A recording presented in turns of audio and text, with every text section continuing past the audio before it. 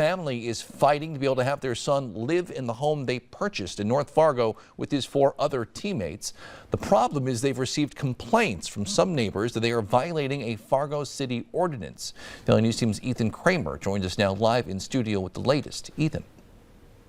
Yeah, good evening, Justin. Brad McCaslin and his son went to the Fargo Planning Commission meeting Tuesday in hope of them giving them a conditional use permit application to allow them to all continue living under the same roof, that being the players. They asked for this because of a Fargo City ordinance that only allows for 3 unrelated people to live in a single residential unit.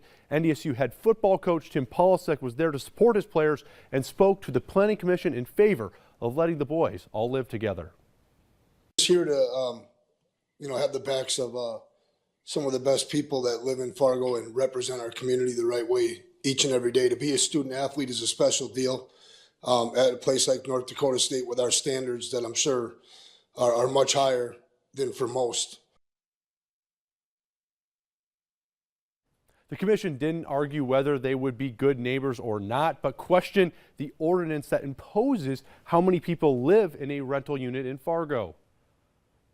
For me, the issue is not about who you as students are. The issue is it reasonable for the city to impose a limit of 3 unrelated people in a rental unit because of the intensity of use?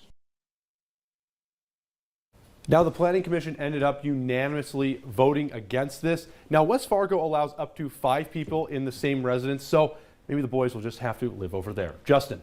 A little further.